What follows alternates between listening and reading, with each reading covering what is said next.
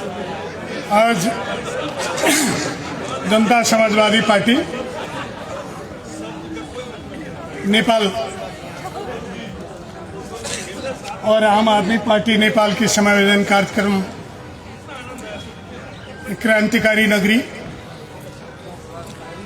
आर्थिक नगरी वीरगंज में जौन आयोजन भइल बा, यह आयोजक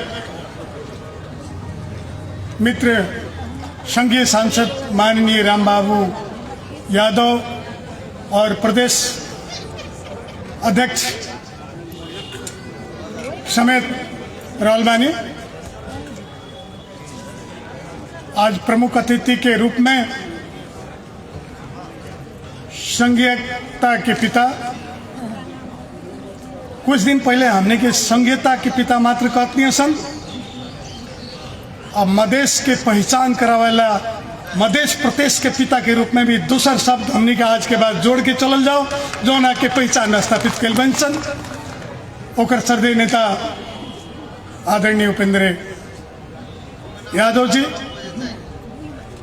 मंच में आसीन प्रदेश सभा सदस्य मित्रगण, केंद्रीय सदस्य मित्रगण, वीरगंज महानगर पालिका के विकास प्रेमी नेता विजय सरावगी जी, आम आदमी पार्टी के तरफ से स्वर्गीय अशोक यादव के सपना के पूरा करके आगाड़ी बढ़े वाला उनकर श्रीमती, उनकर संतान, उनकर पार्टी के नेतागण साथे लगात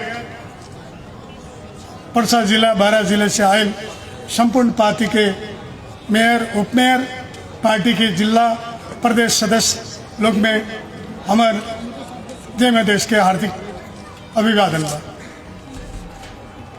आज बहुत खुशी के बात बा कि हमने का आम आदमी पार्टी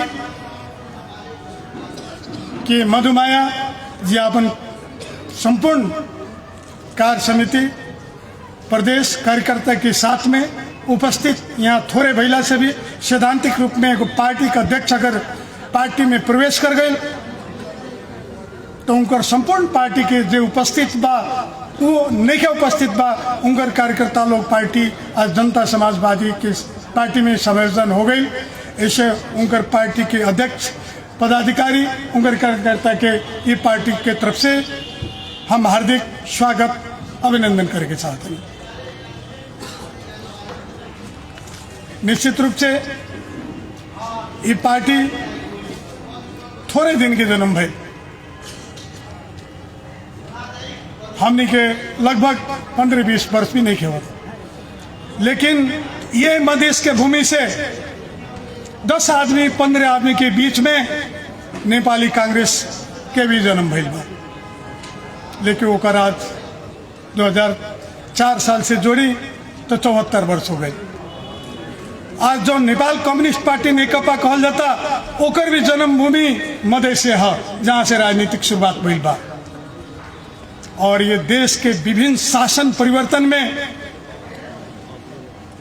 जब जब आगाड़ी की भूमिका भइल बा, आंदोलन भइल बा, 2007 साल होके, 17 साल होके, 36 साल होके, 47 साल होके या 62 साल होके, ये मधेश के भूमि वो क्रांति के अग्र भूमिका निभौले बा।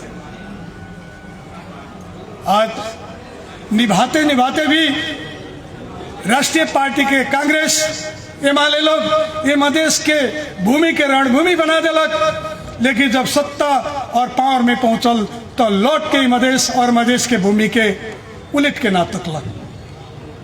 ओकर फलस्वरूप मधेश के भूमि पर एक ऐसन कृष्ण के जन्म भइल, ऐसन कृष्ण के जन्म भइल, हमने के जौन कृष्ण लीला सोचले बानी सन वो भी यादव वंशी से शुरू भइल बा।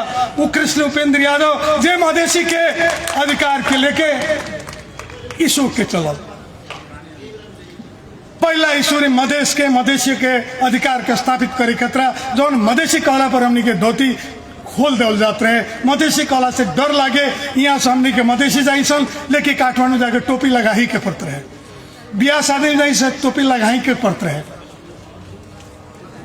हम भी वही पार्टी के 34 वर्ष 2036 साल से एगो नेपाली कांग्रेस के कार्यकर्ता के रूप में काम करती है। कुछ दिन के बाद में हम अपना व्यापारिक लाइफ में गई नहीं, लेकिन मधेश के आंदोलन की बात में मधेसी का अधिकार खतरा, मधेसी के सपना पूरे के, मधेसी का न्याय के प्रति एगो हाई लेवल में हम पहुंच के हमारे बहुत बड़ा एक फीलिंग भइल। ऐसे हम आके मधेश का अधिकार खतरा खुद पढ़नी और मधेश का अधिकार खतरा मधेश के पार्टी मधेश के मसीहा हमरा के एगो प्रतिनिधि के रूप में आगाड़ी बढ़ौलन। हम सांसद के रूप में परसा के 3 नंबर क्षेत्र में हम स्थापित हुई। परिणाम स्वरूप मधेश के लोग, बड़ा बड़ा लोग, मधेश के लोग, विद्वान लोग आगाड़ी ना बढ़ो। अभी भी उन सरकारी पार्टी जौन मधेश के ना देखे चाहल बा ओकरा कत्ल करे के प्रयास करेला और कैले बा और ओकर शिकार कत्ल तने के भई, लेकिन घायल जरूर बा। लेकिन हिम्मत और साहस न कभी हम हारल बानी। हम मर जाए, आंख में फूट जाई, लेकिन मधेश ना फूटी, मधेश रही तो हमरा के बहुत आंख पकड़ के हाथ पहुंचा के लोग जगह पर पहुंचा दी। ये जरूर बा कि जेकर लगे साधन बा, जेकर लगे संपत्ति बा, जेकर लगे पावर बा, वो जल्दी पहुंच गई बा अपना जगह पर। हमें लेके नहीं खे, लेकिन हमने के पहुंचम, धीरे धीरे पहुंचम सन, लेकिन पहुंचम सन हमने के लक्ष्य पूरा बात। ऐसे महात्मा गांधी एगो स्लोगन लिखले वाले अपने सब इंडिया के रेलवे स्टेशन पर जगह जगह जात होके, दूरदृष्टि पक्का इरादा। दूरदृष्टि के मतलब क्या भाई? दृष्टि माने आंख, दूर के मतलब दूरी और इरादा पक्का। अगर हमनी के दृष्टि ऊपर बा और दिल मजबूत बा, इरादा पक्का बा, तो अपने सन से ये मधेश एक दिन बहुत कम दिन में ये देश के शासक के रूप में स्थापित हुई। एमें कोनो दुमत नहीं के, हिम्मत से आगाड़ी बढ़ी। कल हमनी के मधेश रहे, आज हमनी के पहाड़ के गली गली में 77 जिला में जनता समाजवादी पार्टी और उपेंद्र यादव के फोटो टाके पर जनजाति, मुस्लिम, थारू, दलित तैयार हो गई बा। आज ही कहता पहाड़ के लोग हमने के यहाँ मात्र हुई ना, हम भले 2-4 जिला पहाड़ के नुआकोट लगा रसवा से घूम कहीं नहीं, वहाँ भी लोग कहता है उपेंद्र यादव ये एक ऐसा व्यक्ति है जो अपना उद्देश्य में सफल होके अपना संहिता को कायम करके संहिता को परिचय दिया। संहिता के जन्म आज 7 को मुख्यमंत्री कहता कि संहिता के पिता है पहाड़ी मुख्यमंत्री, हिमालय के मुख्यमंत्री, कांग्रेस के मुख्यमंत्री, संहिता के पिता है तो वो है उपेंद्र यादव। बीपी कोइराला प्रजातंत्र खतरा 7 साल से लड़ाई कैलन, अब बीपी के आज मला लगा के पूजा कल जाता। कोनो ऐसा दिन आई आज तो जिंदा बाड़े तो हमनी के पूजा करता नहीं सन, लेकिन 2 इशू जो उपेंद्र यादव आज दे दिलन देश के मधेश के।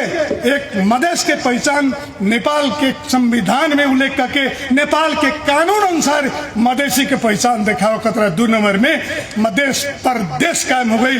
पाकिस्तान के जिया जब भारत के संग महात्मा गांधी संग लड़ाई हुई तो पाकिस्तान हमारा अलग चाहिए, पाकिस्तान के परिचय चाहिए। ले आज पाकिस्तान तक कॉल जाता। हम देश से बाहर पाकिस्तान के बात नहीं की करत, एगो नाम के बात करते नहीं। आज उपेंद्र यादव मधेश के नाम नेपाल के संविधान में लिखल बा और 2 नंबर जो प्रदेश का सन ओकर मध्य प्रदेश के रूप में कायम कर दिलन। ऐसे अब संहिता और मधेश के पहचान के पिता के रूप में वो आजीवन अमर हो गईलन। ये चीज हमने के विश्वास करी पड़ी। हम ज्यादा आज समय ना लें, ये पर बहुत बड़ा व्याख्या हुई। सबसे पहले आज का बा कि हमने के चुनाव बहुत नजदीक बा, स्थानीय चुनाव। और चुनाव कहीं भी कोनो संगठन के पहल का कड़ी है हमने के वार्ड, ये संविधान अनुसार गांव पालिका, नगर पालिका, महानगर पालिका। जब पार्टी या घर के परिवार के संख्या बढ़ेला तो अधिकार के लड़ाई होला। ओकरा का अन्यथा ना लेके अधिकार मांगल जाला, गार्जियन का अधिकार देव के पड़ेला, लेकिन मिला जुला के देव के पड़ेला। तो अब हमनी के बीच में केहू कहे कि परसा जिला में या फला जिला में मोथरी में विवाद बा या पार्टी में विवाद बा, विवाद नहीं, वो तो अधिकार के लड़ाई है, हमने के अधिकार बड़े सन। लेकिन ना हमने के केहू करता ये पार्टी से अपना उद्देश्य से बाहर बा, ना बयान बाहर रही, ये पक्का बा। ऐसे हमने के अब रणनीति चुनाव की घोषणा हो चल बा। अब हमने का हर एक कार्यकर्ता आज केंद्रीय अध्यक्ष जी बहुत बड़ा संबोधन करबे करियन कि हमने के चुनाव लक्षित करके स्थानीय चुनाव में केंगे स्थापित होके के बाद स्थानीय चुनाव में हमने के केंगे चुनाव जीते के बाद ये रणनीति बना के चले के पड़ी। हमने के वार्ड नगर महानगर पालिका जीतल जाई, तब यहाँ प्रदेश जीतल जाई, प्रदेश जीतल जाई तो सांसद जीतल जाई, अगर नीचे हमने के नहीं जीतल तो सब हार जाएंगे। हमें दो मत नहीं है, एमें दो मत है ही नहीं खे। अगर केहू ये तार के सोचता कि उनकरा का राग हम गाड़ी हमारा का गाड़ी कुआ गाड़ी तो कर भूलबा केहू जीतो ये जनता समाजवादी के अब पहले लेखा बार्गेनिंग करके कोई से आके ठगमुस के चुनाव के पार्टी का टिकट लेके पार्टी के नाम भजा के अगर पार्टी से गद्दार करी तो अब की बार पार्टी एक एक आदमी के चीन के टिकट दी, वही आदमी के दीजिए चुनाव जीत सकता और पार्टी के उम्मीदवार हो सकता। हमें एगो बात अपने से जरूर करें कि आज के जनता समाजवादी के नीति बा कि अब ऊपर से टिकट के थापा ना लगी, अब नीचे से के जितना बोलवान बा जनमत ले आ सकता वो जरूर मूल्यांकन करी। वहां से नीचे से जाय कह के हमारे अपने के ईमान के चनी ये तो ये सब चीज कह के आज हम अपने समय ये कहे कि चाहते नहीं कि अपने आज जौन पार्टी के समायोजन भइल एगो शक्ति के जोड़ भइल और शक्ति के जोड़ मिला के हमनी के ताकत बढ़ल। ऐसा और अभी पार्टी छोटे छोटे हमनी के पार्टी में आके मिले के तैयार बा। बहुत दिन के अंदर में अपने देखे कि पार्टी मिलत जाई और हमनी के पार्टी बरियार हुई। ये कहते हुए चिट भी आ गई, हम अपन समय के छुटकरी में शॉर्ट करते हुए हम विदा होके के साथ नहीं। धन्यवाद। जय मधेश।